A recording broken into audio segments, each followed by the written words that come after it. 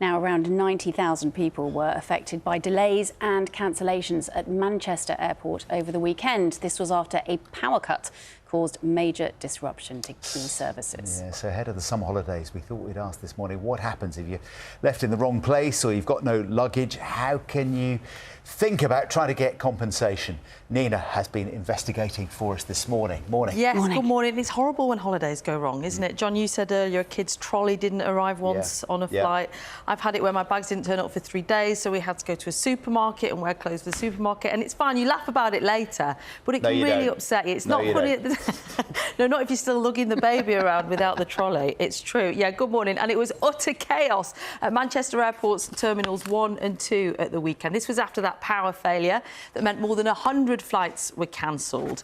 Have a look at these images. Luggage piled high. There are halls packed full of people. Plenty of holidays off to a horrible start. And there'll be a knock-on beyond today to try and get those holidays sorted and reunite people with their luggage. And this is the extent of the disruption they saw. Then a quarter of all outbound flights were cancelled by lunchtime on Sunday, and at least another 50 inbound flights were cancelled. That's a lot of travellers looking for compensation, but that doesn't come automatically, and that's because the power failure that caused the disruption has been deemed an extraordinary event. So that means the airlines are not liable. But if your luggage isn't where it should be, then the airline is obliged to get it back to you and to cover expenses incurred, including clothes and other reasonable necessities. So keep an eye on what you spend. Now, it's worth checking your insurance policy as soon as possible to see what you're covered for, as sometimes there is a deadline to make that claim. Now, Manchester Airport told us that it's best to talk to your airline directly about where your bag might be. It's possible the bag ended up at the right destination on the wrong plane, so do stay in touch with your flight provider. Thank you so much for your questions this morning. I'm going to pop over and join Sarah and John over here because they've got consumer rights expert Jane Hawkes with them. Morning. Thanks for coming in. Good morning. I want to start with this question from Peter, who said, I realise I can't claim from the airline. It's not their fault, but surely Manchester Airport can pay out as it was their generator at fault. Yes, well, airports have a duty of care towards passengers, and it could be argued that under the Consumer Rights Act 2015 that they did not deliver that service with reasonable care and skill, but you would need to show that you suffered significant financial loss from that. So you'd need the same evidence that you are required to provide to the airline in order to be able to recoup your expenses and costs. So is there any insurance that sort of protects you from these events, or is it essentially up to you to sort of take the risk?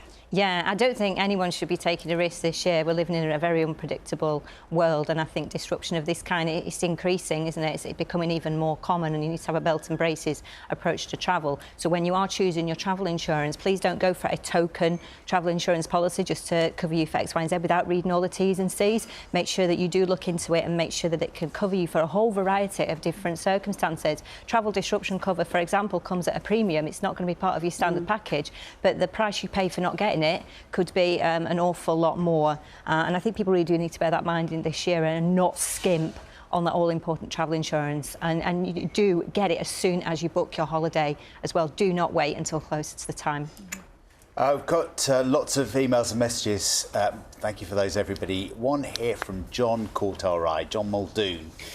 Now, he was flying from Terminal 3 in Manchester on Sunday.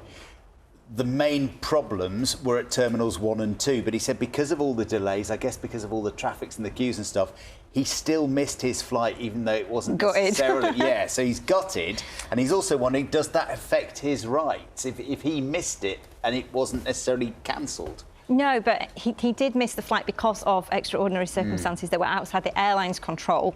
But, yeah, he was there timely for the flight. what is really important is that you keep evidence to show that you were. So your car parking or a receipt for a coffee or photos of time checks of when you went through when you were at various places through the airport, and then you can actually prove that, look, I was here at the 3 hours that you stipulated or the 2 hours before for domestics before the flight. I was ready to take it. I didn't get there because of this incident. And it does go back to talking to the airport about their lack of the service not being delivered with that reasonable care and skill. So where there's a will and a way, there's a way, basically.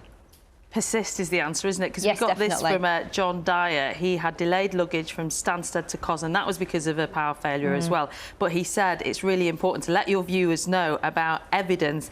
Even the point at which your baggage arrives at the hotel, you'll need evidence of that from the hotel in order to prove the days that have been lost. Yes, definitely. It's evidence all the time, and I think it's really frustrating for people because you just want to go away and enjoy a holiday. Is it just too much to ask for, just to have one summer where we don't have a whole lot of hoo-ha to be able to deal with? It's like one thing after another, isn't it? And is there any compensation? Because we talk about the sort of emotional impact when your holiday is massive, you've saved your money for it, you've saved your annual leave. If you lose 2 days out of a week, say, is there any compensation for that, or is it just tough luck? You have to make sure your travel insurance is as comprehensive as possible. And in the particular incidents happened at Manchester, of course, compensation wasn't applicable because it's an extraordinary circumstance, and you just need to be aware of that, really. It's not the thing you want to do when you're going away on holiday. You want to be just packing your sunglasses and your sun lotion and getting your passport. You don't want to be ticking off lots of T's and C's, but I just think it's necessary. You just need to check what you've got in place to protect you. It's consumer protection. And I think really important just to mention a package holiday under the package and linked travel arrangements 2018, best consumer protection and pay by credit card. Oh, that's good to know. And you said, Jen, you'll know in advance with the right cover where you stand. Yes. I just want to finish with this from Tony, who emailed in, because this is great. He said, I was at Manchester Airport on Sunday, and I just want to say everyone was doing the very best they could. Special assistant managers, luggage handlers, and all the roles in between. So thank you to the staff for trying their hardest. Yeah, so and it's a lovely note to end on. It can't be easy for them, can it? No, it's not that out easy. of their hands. Yeah. On the other side of the counter, it's not. Or the other side of the aisle, no. Thank you so much. You're so welcome. Thank you for coming in. Thank you. It's